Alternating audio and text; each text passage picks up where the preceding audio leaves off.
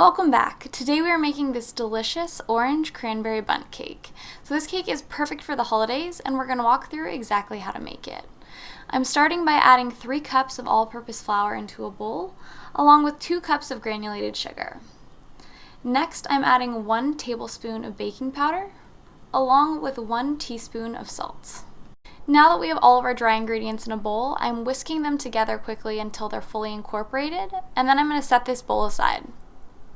And then it's time for our wet ingredients. We're starting with 5 large eggs that are at room temperature, which we're adding into a large bowl.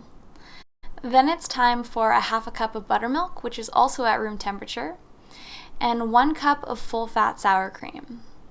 Then it's time to whisk together our ingredients to get them incorporated. The mixture might look a little bit chunky or a little bit odd, but don't worry, it will come together once we add our dry ingredients.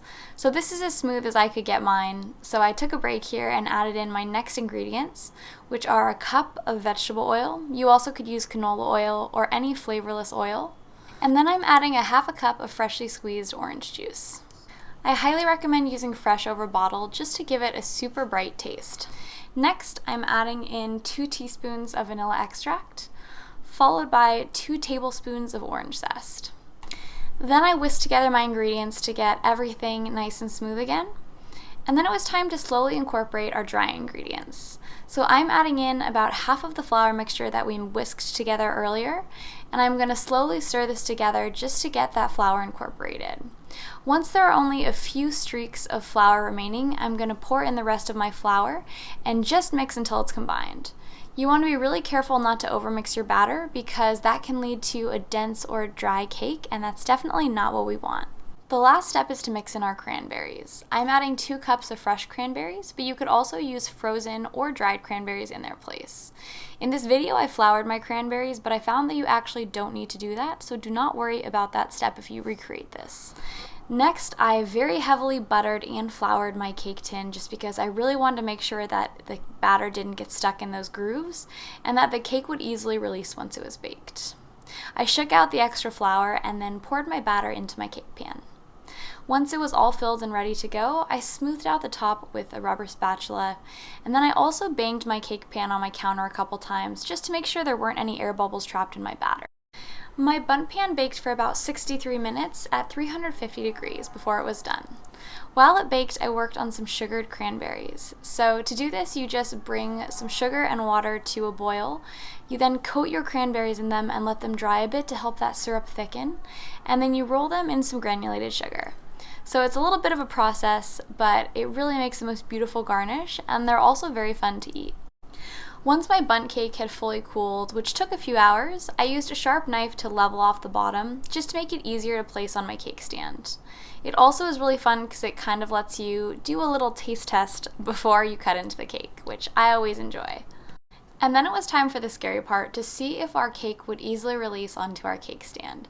So I decided to invert the pan on my cake stand like this, and amazingly enough, the cake popped right out. I was so ecstatic. I did actually a little bit of a dance in the background there, but I was convinced it was going to get stuck in those deep ridges, so I was super happy that it came out so easily. To make our fresh orange glaze, I've added 2 cups of powdered sugar and 2 tablespoons of orange zest into a bowl. And to this, I'm adding 1/4 cup of freshly squeezed orange juice. I'm just going to gently mix this with my spoon until that powdered sugar is dissolved, and I have a nice thick glaze. I like my glaze to be pretty thick because I think it makes the decoration of the cake a bit prettier, but if you think yours is too thick, you can always add a little bit more orange juice, or on the other hand, if it's too thin, you can add a bit more powdered sugar.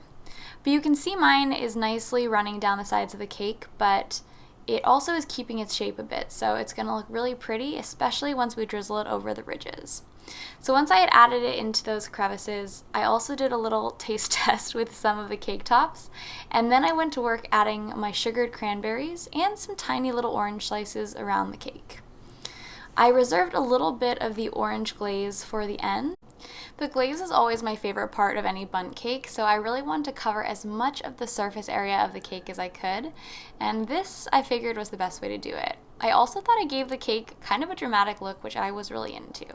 So you can do whatever you want with your glaze, but try to cover as much of the cake as you can just because it is so delicious. So once you've used up all of your glaze, the cake is done and you are ready to cut in.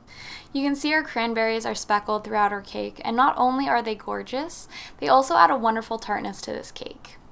So I hope you guys enjoyed watching this video. If you feel like recreating this orange cranberry bundt cake, the recipe is up on Chelsweets.com. So until next time, happy baking!